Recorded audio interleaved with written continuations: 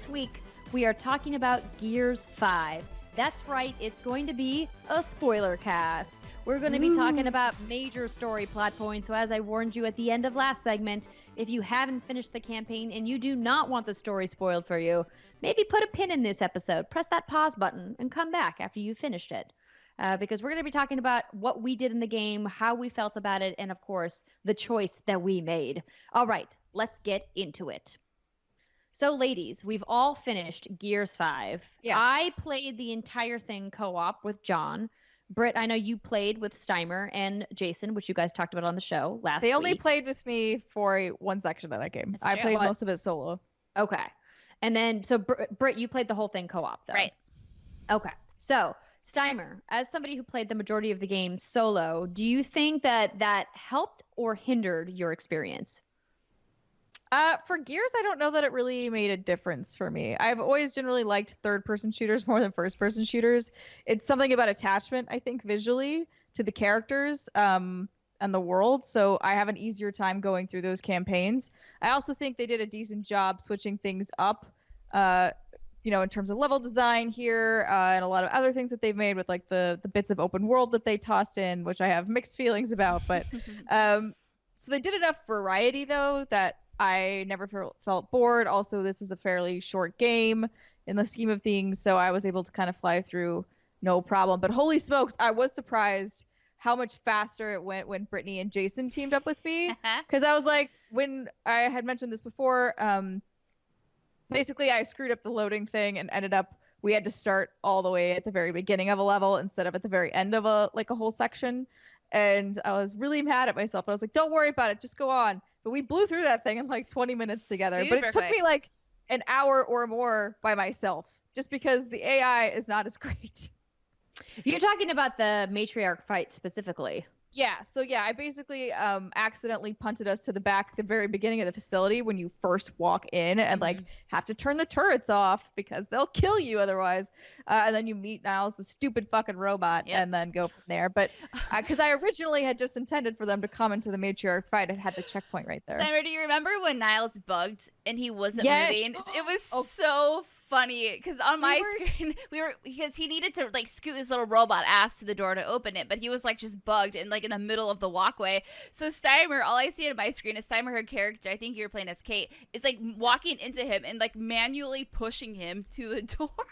I forgot about that. Yeah, so this part of the game, you like this little robot thing will escort you, and he bugged and he wouldn't move, and so I had to like push him down this section, and then eventually he like got back onto AI pathing and continued forward. And that was a few minutes alone, so we probably would have went through that part even quicker. Yeah, that's true. That was so funny. I experienced more bugs than I was comfortable with. We had bugs the entire game, in every act, in every chapter. Really? Like what? I didn't, aside from Niles, I didn't have that many bugs. Yeah. And I know that bugs are very situational and that some people can play games and never experience a bug, and then other people have nothing but trouble with bugs, and it can really color your experience in a good or bad way, obviously depending on which end you're on. And I was really disappointed by how many bugs that I experienced. I even tried doing like a hard reset on my Xbox One X and things like that to try to maybe clear some memory or whatever could have been holding up the build. But yeah, when we were playing together, there'd be teleporting enemies. Our characters would teleport. There'd be rubber banding. There'd be screen tearing. Like there was a lot of bugs, like more bugs than I anticipated seeing. And by the time we got to like Act 3, I was like, it's kind of unacceptable that this is a first party game that's custom built for this hardware and there's this many bugs. That's crazy. The only issue I had was with the servers, but I was playing the weekend that the game launched. So matchmaking was kind of annoying. Not matchmaking, but like inviting Jason into my game, he would sometimes get kicked out. But that was it. That's crazy.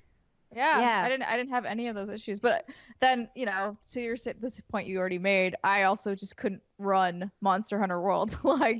Just the game just didn't work. Yeah. So video games are a very finicky beast. They truly are. But I do want to talk a little bit about the story and overall impressions. This to me was something I was very excited about because I really gravitated towards this new class of cogs. I thought that they were really cool. I love that they made Kate the star of the game. You know, Laura Bailey is the voice of Kate, and when they announced this game, they made a lot of effort to make sure people knew that this was the first time a female character was leading Gears of War. And I think that that's really important because, particularly in action games and shooters, even more so, finding female characters who are the lead is rare. So I thought that that was really neat. I thought that Laura did a fantastic job. All of the voice actors did a really great job. I've always loved the cast of Gears and the characters and the writing, and I thought that it was well done. Funny moments, really touching, serious moments, and the pacing of the game felt really great. The graphics looked beautiful. Played it, of course, Xbox One X, as we mentioned, with codes provided by Xbox. And I was just marveling at how beautiful this game looked, you know, bugs aside. What did you guys think of the story and the pacing through the first 2 acts? I really liked, this is what Steimer and I have talked about on our Steinbacher shows, is I thought that pacing was really great, which is why I was kind of torn about the open world areas, because it just kind of felt like, toward the second one specifically, the desert, just felt like it kind of took me out of that, because like you were saying earlier, Steimer, I thought, you know, this is a game I could have played by myself. I didn't need someone to play with, because the characters are interesting enough, the pacing's so good that it's like never dull, and the banter between the characters is really great too. And that's something I really appreciated. I thought the pacing was great. I thought the story was a Gears story. I mean, I don't think, me personally, I don't hop into a Gears game thinking this is going to be like, oh my god, the narrative blockbuster of the year when it comes to story. It's like, no, I'm going to get a really good shooter with some like over the top craziness, some cinematic moments, and I'm going to get a good enough story to boot. And I think that's what I got. So, I mean, it met my expectations. I think, yeah, the pacing, I agree with Britt. I think the second open world area damaged the pacing for me, but overall still much better than like Gears 4 was. I just got so bored of Gears 4.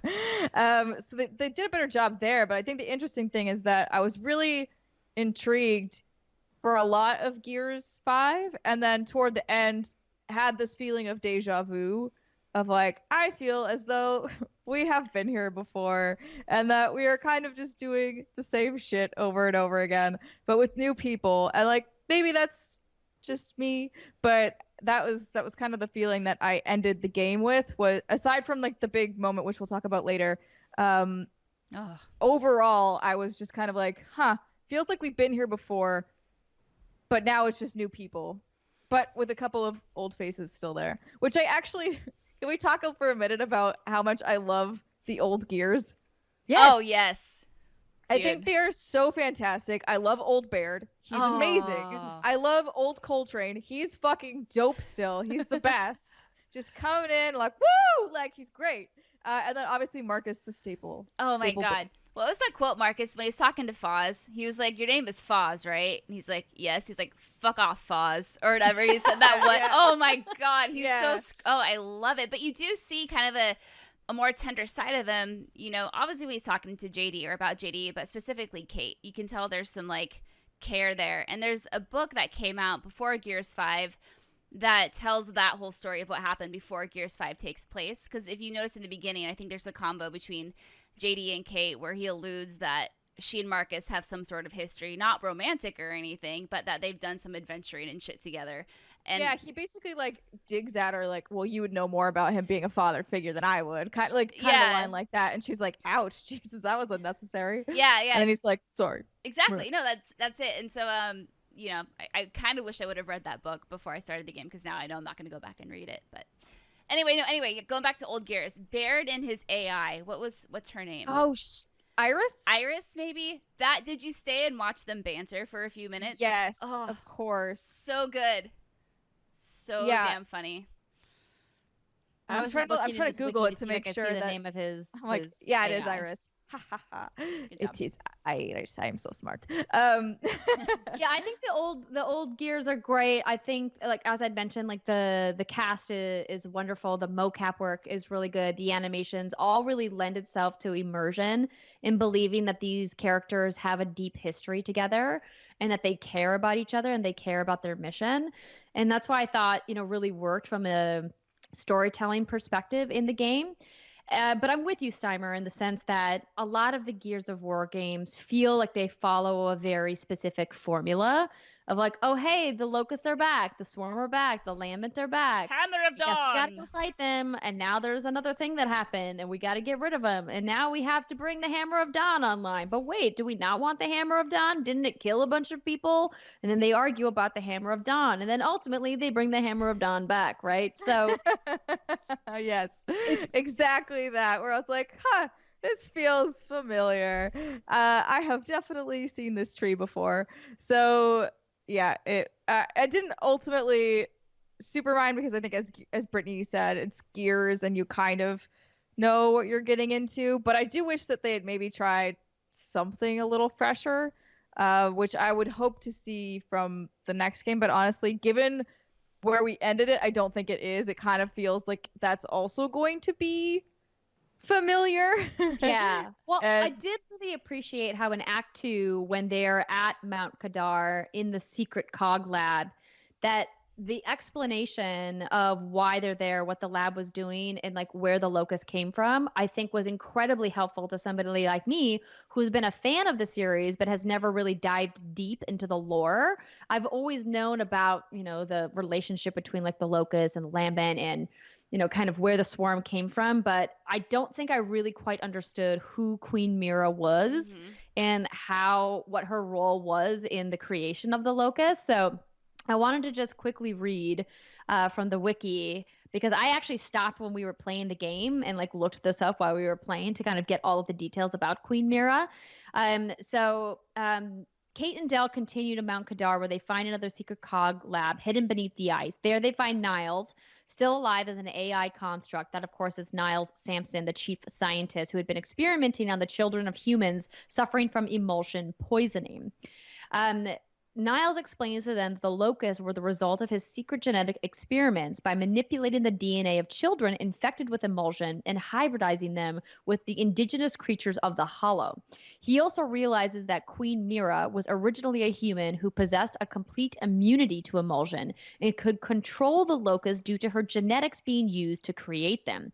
However, when her newborn daughter, Reyna, Kate's dead mother, was spirited outside of the lab by her father, Mira led the locusts to rebel against the scientists and gain their independence.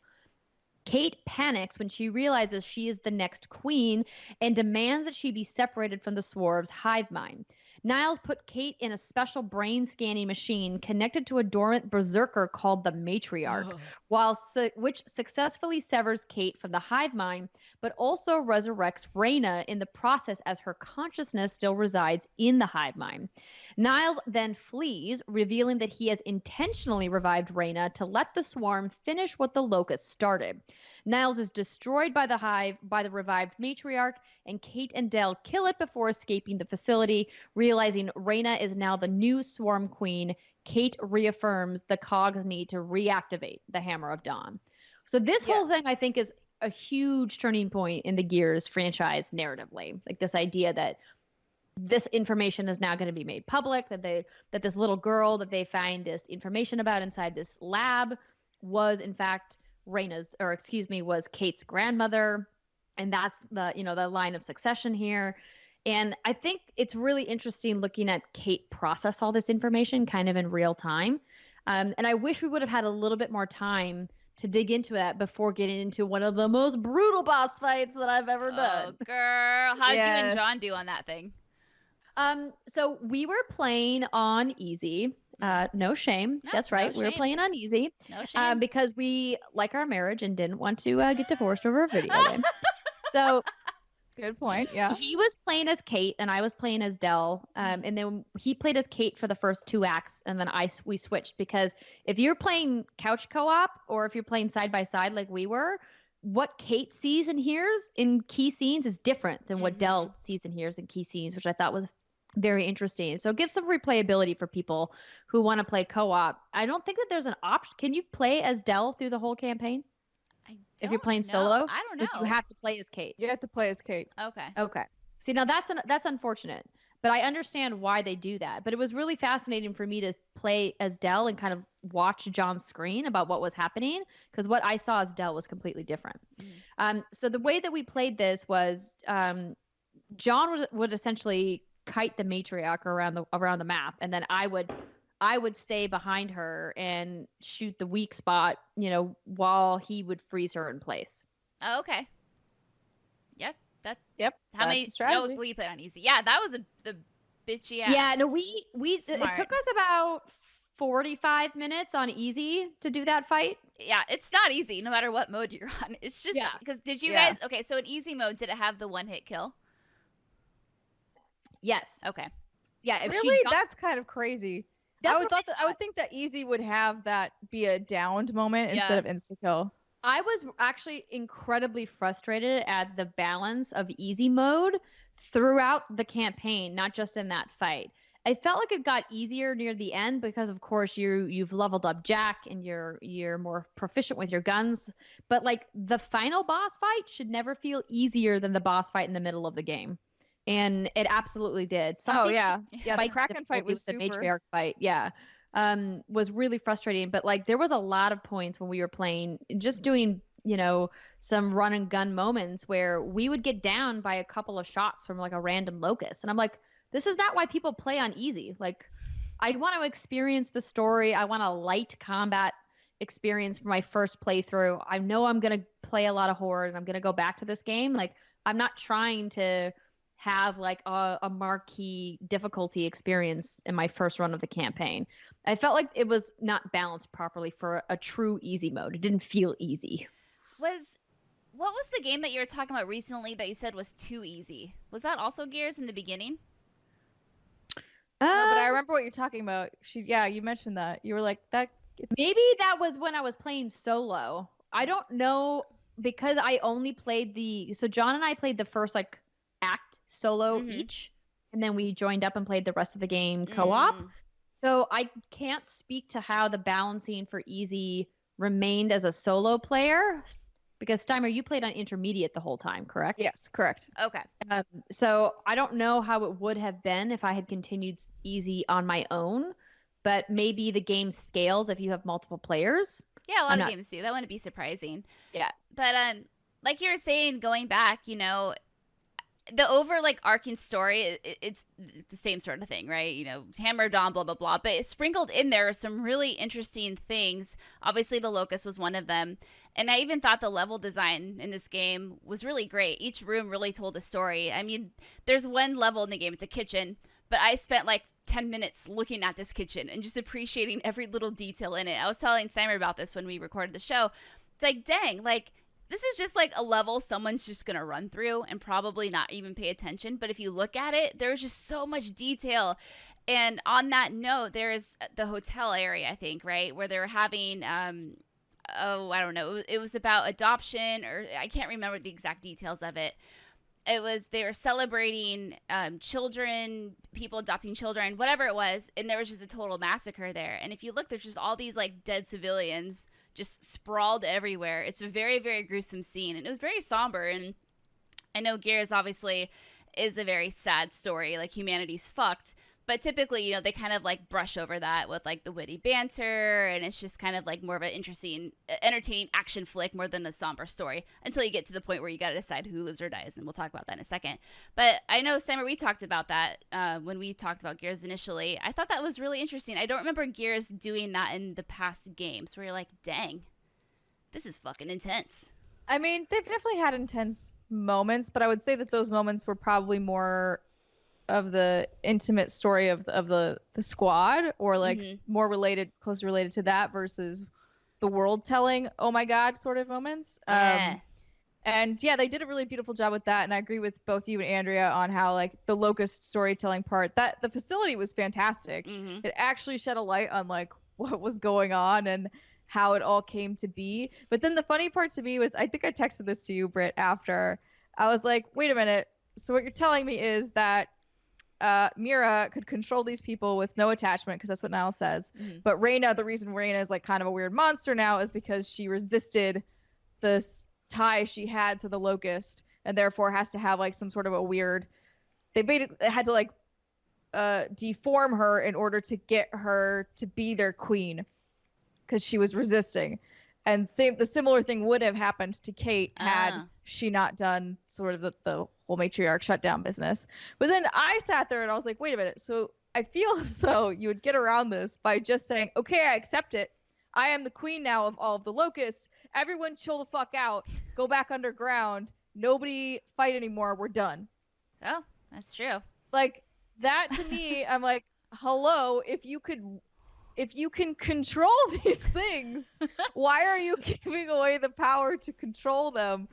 Unless you're worried you don't actually have the power to control them and they control you, which would be no bueno. But what he was talking about Mira, it really sounded like Mira at least was very much in control and knew how to even, not be attached to them, but still was like, no, we're doing this. You took my baby. I'm going to kill everyone.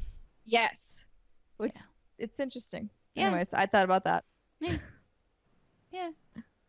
Yeah. No, I'm with you there. I do want to bring in a new character that I had a lot of fun with, Jack. Yeah.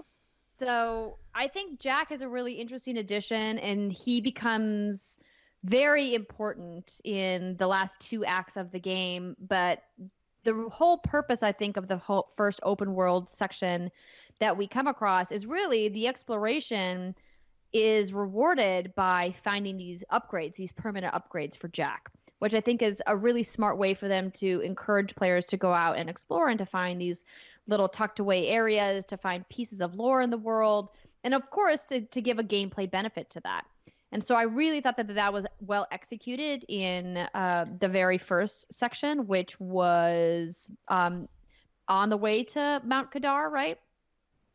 All the snow and shit. Where the snow is. The frozen remains of the cog that you find kind of scattered around that area on your way to the lab.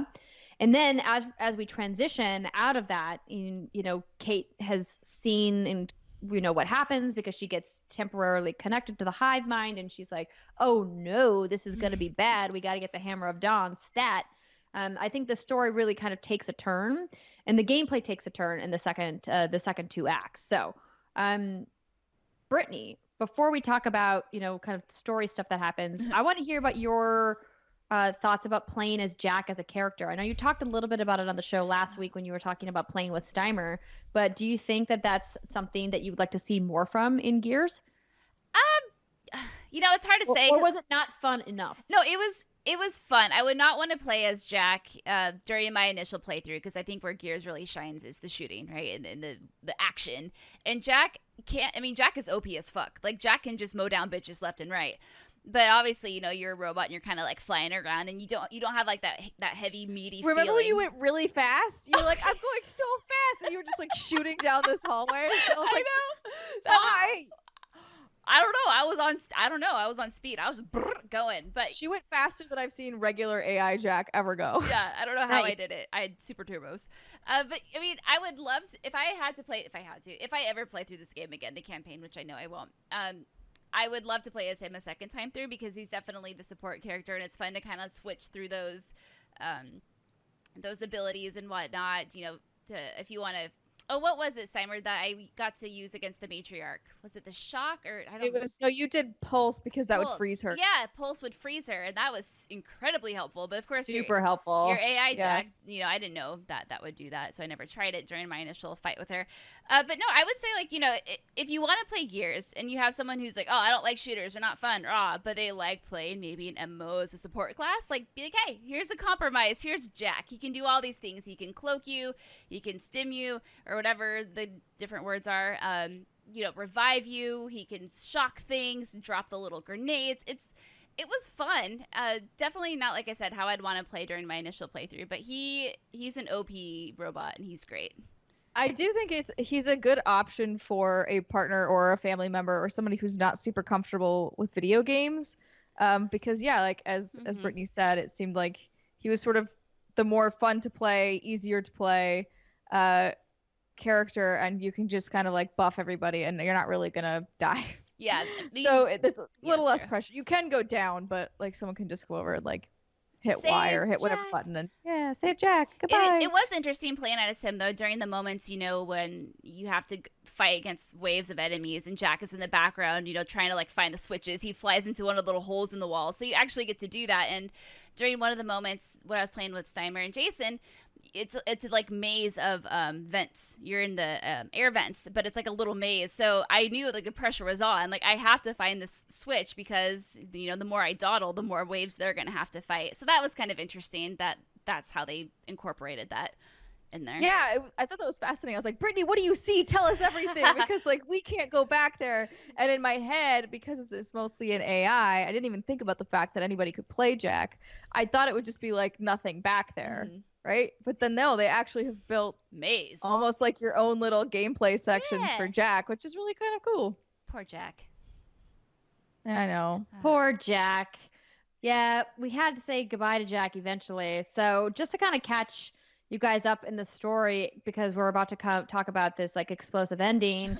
There's been a lot of tension between Kate and Del and JD after they find out that he kind of let some civilians be killed, because I'm trying to remember the exact thing that happened. It was that, I forget the name of the showdown or whatever, but yeah, he gave the order to allow the COG to fire on the civilians. Right.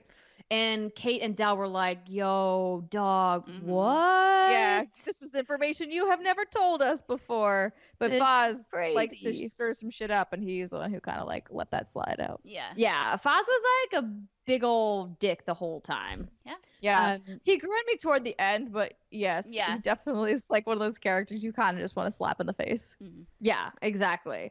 But you do have to team up with JD and Foz. JD's kind of has this moment in the third act where he kind of comes in to, I don't want to say saves the day, but he definitely like helps them when they're kind of being overrun by enemies and is like, I'm here. Jin doesn't know I'm here to help you because you're my friends. And it's like, cool. That's good to know. But like, it's been Kate and Del this whole time. Like, right. But like, where were you? Yeah. Exactly my thoughts. And so, he's there to help them and he brings Foz along. And so they're trying to get these satellites launched. They get the big rocket and they attempt to get the satellites out. They do obviously get the satellites up into the air. And then, of course, there's like the malfunction with the Hammer of Dawn, because that always seems to happen. I mean, nothing ever works. Yeah. As we know here at What's Good Games, technology doesn't like us. True. Oh, technology is hard, especially when it involves satellite lasers that can like kill large groups of people and enemies. Yes. So they make it back to New Ephyra. They launch the thing. Jin, of course, attempts to arrest Kate, and then there's that whole thing with the forcibly connecting her to the swarm, and then it gets... And everyone's like, ha, lol, no, you're not. Exactly. And then, like, the Kraken arrives. So this is, like, the final boss fight of the game. I immediately said out loud while John and I were playing, I was like, this looks exactly like the Riven fight. Now, I don't want to be reductive to Destiny 2 players who know what I'm talking about with the Last Wish raid, and Riven, the boss in that raid. But like the physical design of the Kraken reminded me so much of the design of Riven that I was like, man, this feels like a direct kind of ripoff. Obviously, it's not. There's a lot of key differences. The Riven fight's, much more intricate, much more difficult and complicated than the fight with the Kraken was, because all things considered, the Matriarch fight was way more difficult than the Kraken fight was.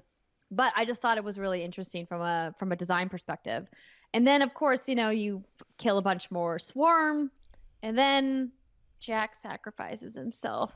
Jack, rest in peace. So there's no targeting beacon for the Hammer of Dawn. So Jack, being the good boy robot that he is, decides to fly directly into the Kraken to be the targeting beacon, and of course, dies, sacrifices himself. It was just because that was sadder to me than the moment after. Where you make the choice. Was that after? I don't even remember. Oh, is it after? Before? It was after. I think. Okay. I'm pretty sure. Let me double check. I'm like, now my brain is mixing up timelines. I thought you chose the person and then you want to live or die. And then... Oh, yes. Yeah. Because then you have to talk to Marcus and then you have the final fight. You're right. Yeah. So we kind of... I guess we went backwards. But that's okay. But losing Jack to me was harder than making that decision Yeah. of who lives and who dies. really? So I guess we should talk about that now because we alluded to it a few times already. I guess what is it like right before kind of the final push in, Queen Reina comes and she grabs JD and she grabs Dell, and I didn't understand what was happening at first in this point. Were either of you confused? And I was like, wait, what? And I didn't want to believe. I didn't want to believe. And Kate pulls a knife out, and basically she can only save one of her friends. I wanted to throw that knife at her stupid face. I know. I was like, wait, I can't throw it at you. I have to throw it. Just like, because she's basically like got them with tentacles holding them up. So you throw the knife at one of the tentacles to cut one of them loose. I will just say I had zero issue picking Dell because Dell has been your homeboy for the entire game. Thank you. Like, Dell has just been there. Dell has been a fantastic friend. And JD, while I'm sure has redeemable qualities, was kind of a butthead for a while there and just ditched you and went super cog really hard for a weird minute. And then only came back to be like, I'm your friend now that it's basically all over. That's why I got so angry at this moment. I got so angry for a multitude of reasons. And it's not just because I was now in Act 4 and I had been experiencing some pretty bad bugs all along the way, and I was just like very mad about the bugs. But I was really frustrated because they set this choice up for failure in a way that I didn't understand. First off, narrative choice like this has never really been part of Gears. It just hasn't. They've always made these big narrative choices, or at least for the most part. And I would have to double check if there's another point in the Gears franchise where you make a choice like this that I don't believe there is. I feel like you said, they make some interesting choices, but you as the player aren't like. And I'm not opposed inherently to them to the coalition trying something new and being like, hey, we want to explore player choice in the game and player agency, but you're gonna bring it in at the 11th hour at the very, very end of the game and then leave it on this giant cliffhanger. And not only that, like you said, Steimer, why on earth would anybody be picking JD? Yeah. The only reason I had the lightest inkling to was not even about JD. I didn't want Marcus to be sad. Same. So when I had that choice, obviously I was going to save Dell because JD, he was in Gears 4, granted, but I honestly don't remember a lot about that game. So even though I did finish it, it just didn't stick with me. So I didn't have much of an attachment, but I did appreciate the banter that they all had when things were like going normal. And even after when they kind of made up, it was like, oh, you're kind of interested and you have some interesting quips and okay, cool. But yeah, it was like a no-brainer. Of course I'm going to save Dell.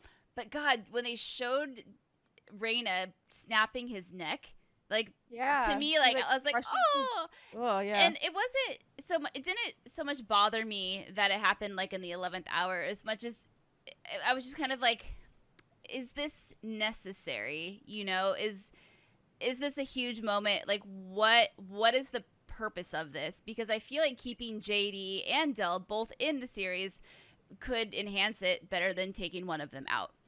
But yeah, it felt like more of an emotional play of like, okay, now we're having our big defining moment here, and that's like we're doubling down on this. Someone's gonna die. We actually have stakes now because God knows there usually aren't. We all managed to have plot armor on that's as thick as the armor we're actually wearing, and it's fine. Yeah. But yeah, it just felt a little odd to be a choice between those two, and the choice itself felt more I feel like I was more irritated that they made me choose versus them just doing something with it in the cutscene. If they just killed one of them off. Thank you. I think that would have been so much more impactful if they had just made the choice for you and not let you choose. The agony of me being like, well, what are the implications for this? Can I go back?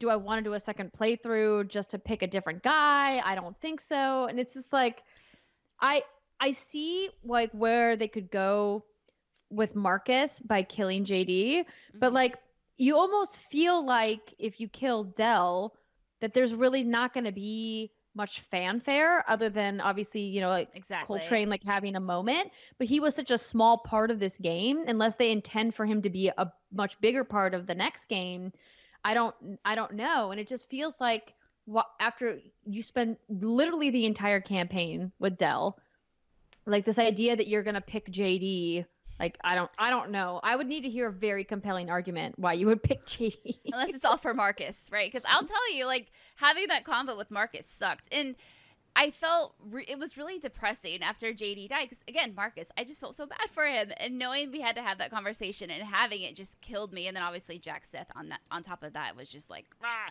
But it makes you kind of wonder, you know, where are they going with the next game? How are they going to incorporate that, right?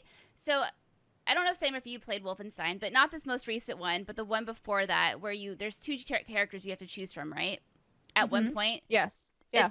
So how did that one feel compared to this one? Because I didn't play the one before the new Colossus, where you had to make that decision. I mean, to me, honestly, that didn't really have much of an impact on me whatsoever. Okay. Because you make the choice, and then the game kind of goes on, and I didn't have an attachment to either of those characters when you make the choice, so it didn't really. Oh, okay. I was like, whatever, I guess this guy, fine. And even here, I mean, I had more of an attachment to Dell because you just played most of the entire game with him. And I played through, honestly, most of Gears 4 looking at the cutscene recaps, but I don't remember a lot. And so, like you said, JD never made like a lasting impression on me. So the only reason to keep him alive is that he's Marcus Phoenix's son, and it feels like sort of a waste that Anna died and like gave birth to this dude only for him to die in this way. Like that just kind of sucks. But that to me was not a reason to kill Dell off either. So I was just like, sorry, just to clarify what I was talking about, because I was speaking in circles. I'm talking about during Wolfenstein: The New Order when you choose between Fergus and Wyatt. Yes. Okay. I didn't care about, I remember that. Didn't have. You don't really, I feel, as a player, have a lot of attachment to either of them. Or Caden or Ashley, right? It's like there's only a few games that I can feel like puts you in this position, and I'm like, Yeah, it is kind of a Caden and Ashley. No, man, no, there's no saving Ashley. No, that's what I'm saying. It feels like that kind of a choice because you're just like, why would you pick JD? Why would you pick Ashley? Yeah. And like, sure, people will, and I'm sure we'll get many comments about why they picked JD, but I don't know. I mean, I could see people being like, I don't know, but JD to me also has always been the one to throw himself into God-saving mode, or like, I will fix everything. Mm-hmm. Yeah. So it kind of feels a little safer that he's dead. Like he's not gonna Leroy Jenkins into situations anymore, maybe. Yeah. I think it's a much more interesting angle if JD dies. I think, you know, we'll get to see a different Marcus. We'll get to see a different Kate and Dell. And I really liked the relationship that they got started. And I'm perfectly fine if JD doesn't come back. So yeah, I'll miss that voice actor because I think that voice actor is great. But oh yeah, he's awesome. Mm-hmm. But yeah, otherwise. Yeah, going back to what I was saying earlier, I'm just annoyed that this even kind of happened because I feel like the story would be better with both of those characters. Because obviously JD by himself, he's fine, but he brings out a side of Marcus that I think would be really interesting to explore. Mm-hmm. But now it's like, no, sorry, yeah. Oh no, yeah, that's it. I think like in the next game, it would be more interesting to see JD continue to grow and see where he's going, because he kind of made to be like, hey, what made you change your mind, or like what made you decide to come back here and delve into that a little bit more. But the fact that they would make you do that at the expense of killing someone who has been there with you loyally your whole journey, it's not worth it to me. Not gonna do it. Yeah, and it's, you know, you kind of appreciate and respect the narrative decision, right? Like, this is the story they wanted to tell, and obviously we're talking about it, and there are those what if stories, but it's just one of those ones where I'm like, I don't know if this was the right call, you know? Yeah, I mean, but, hey. I agree. Well, they certainly left it on a giant cliffhanger. Yeah. So we know that Gears is coming back. And the coalition has already announced alongside Xbox that, you know, this was a super successful outing for them for Gears 5. Like I mentioned, we just talked about the campaign. I've got Horde to play. I love Horde. I just got to find time for it between Borderlands 3 and Destiny Shadowkey. And unpacking your house. Yeah, that whole thing, building a studio. I eventually want to get away from this room with the white wall, but takes time, man. Yeah, it does. All right. Well, ladies, this has been a fun time talking about Gears 5. I needed to talk about this choice with some people and figure out. I'm glad I feel vindicated that everybody saved Dill. Yeah, Dill's yes, Bando. and my trainer also played Gears, and he also saved Dill. Good. Good. I do want to hear from people who saved JD and why you did it. Let us know. Yeah. I feel like it's all Marcus. I feel like everyone's like, I couldn't do it to Marcus. Poor Marcus. He would have been so sad. I can't imagine killing a guy who literally saved your life along the campaign because you didn't want Marcus to be sad. Yeah, but Marcus is the guy for like the whole beginning of Gears. So I could see that being, but that's the only argument I will accept. There are no others. Okay. Noted. And that will do it for this week's episode of What's Good Games. Thank you so much to everybody for sticking with us to the end. We hope you enjoyed the Spoilercast and this week's episode. We will be back next week with more talk about. Have a great weekend, everybody. Goodbye. Forever to come.